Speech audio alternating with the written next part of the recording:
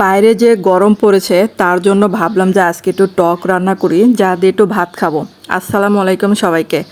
তো তার জন্য বাবাকে বললাম গাছ থেকে কিছু আম পেড়ে আনতে। তো ওই যে এই কয়টা আম পেড়ে এনেছে, কারণ হচ্ছে আমগুলো বেশি বড় হয় নাই, তার জন্য কয়েকটা আমি পাড়া হয়েছে। তারপর আমগুলো কেটে নিয়েছে এরকম করে টুকরো করে, একদম খোসা সহ। তো গাছের ফ্রেশ আম, আর ফ্রেশ আম খেতে তো বুঝেনি কতটা ভালো লাগে। আর আমি করেছিলাম, মানে আমার খেতে মন চেয়েছিল তার জন্য অল্প করেই করেছিলাম, কিন্তু এই খাবারটা যে সবাই এত কারাকারি করে খাবে আমি ভাবতেও পারি নাই, এতটা মজার হয়েছিল রেসিপিটা।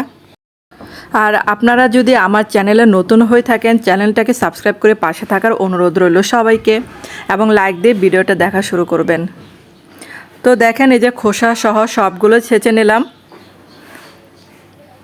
আর যে ছেঁচে সবগুলো একটা বাটিতে তুলে রাখলাম। তারপর এই যে কিছু যে রসুন ছিলে রেখেছিলাম সেগুলো এখন ছেঁচে নেব। তো গরমের দিনে আর কি হতে পারে বলেন, এত মজার একটা টক রান্না করছি, দেখতেই থাকুন ভিডিওটা শেষ পর্যন্ত। তারপর একটা প্যানে কিন্তু সরিষার তেল দিলাম।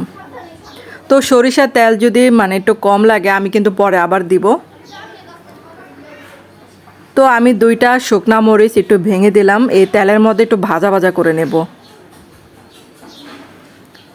তারপর কিছুটা সরিষা দিলাম, আস্ত গোটা সরিষা। তারপরে যে রসুন ছেঁচেছিলাম সেগুলো দিয়ে দিলাম।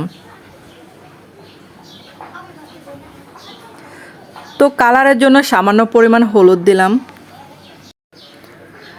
এখন এই যে আমগুলো দিয়ে দিলাম। এখন এগুলা কিন্তু তেলের মধ্যে আমি একটু কষিয়ে নেব। আর এখানে কিন্তু আর কোনো পানি দেব না, এই তেলের মধ্যে আমি সম্পূর্ণ আমটা সিদ্ধ করে নেব। আর যদি আমার কাছে তেলটা কম মনে হয় তারপরে আমি আরেকটু তেল দেব। আর এখন দিলাম স্বাদমতো লবণ। তো আপনাদের কাছে অনুরোধ রইল এই টকটা একবার হলেও রান্না করে খাবেন, এতটা মজার হয়েছিল। আর দিলাম একটু শুকনা মরিচের গুঁড়া, ঝাল ঝাল না হলে ভাত দিয়ে খেতে ভালোই লাগবে না, টক জিনিস একটু ঝাল না হলে চলে। তারপর ঢাকনা দিয়ে কিছুক্ষণ সিদ্ধ করে নেব। তো ঢাকনা খুলে কিছুক্ষণ পরপর নেড়ে দিতে হবে। তো আমি কিন্তু পরে আরেকটু তেল দিয়েছিলাম।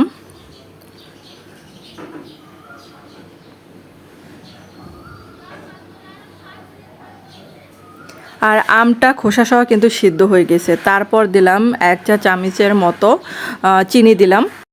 আর চিনি দেওয়ার পর কিন্তু আর বেশিক্ষণ চুলার কাছে রাখবো না, নামিয়ে ফেলবো।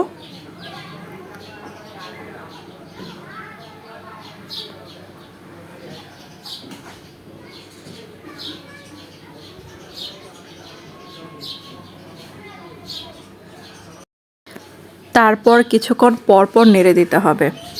আর আমার একটা ফেসবুক পেজ আছে, যদি এই ভিডিওটা ফেসবুকে দেখে থাকেন আপনারা কিন্তু ফেসবুকটা ফলো এবং লাইক কমেন্ট শেয়ার করে দিবেন। আর এই যে এখন হয়ে গেছে, তো বাটিতে নামিয়ে রাখলাম আমার মজার এই টকটা। তারপর নিলাম গরম ভাত, আর গরম ভাতের সাথে একটু আলু ভর্তা না হলে চলে না। এই টকটা কিন্তু আলু ভর্তার ডাল দিয়ে খেতে দারুণ লাগে। তো সাইড দিয়ে একটু টকটা নিয়ে নিচ্ছি, আর আলু ভর্তা আর একটু টক দিয়ে মাখিয়ে মাখিয়ে খাচ্ছি। তো দেখেন, এই যে একটু করে টক নিচ্ছি আর একটু করে আলু ভর্তা নিচ্ছি, কতটা লোভনীয় হয়েছে। আমার তো বয়স দেওয়ার সময় মনে হচ্ছে আবারও খেতে বসে এখন, এতটাই মজার এতটাই লোভনীয় হয়েছিল। আমি আলু ভর্তাটা একটু ঝাল ঝাল করেছিলাম যাতে খেতে আরও বেশি ভালো লাগে। তো আমার ভিডিওটা দেখার জন্য ধন্যবাদ সবাইকে, ভালো থাকবেন, সুস্থ থাকবেন।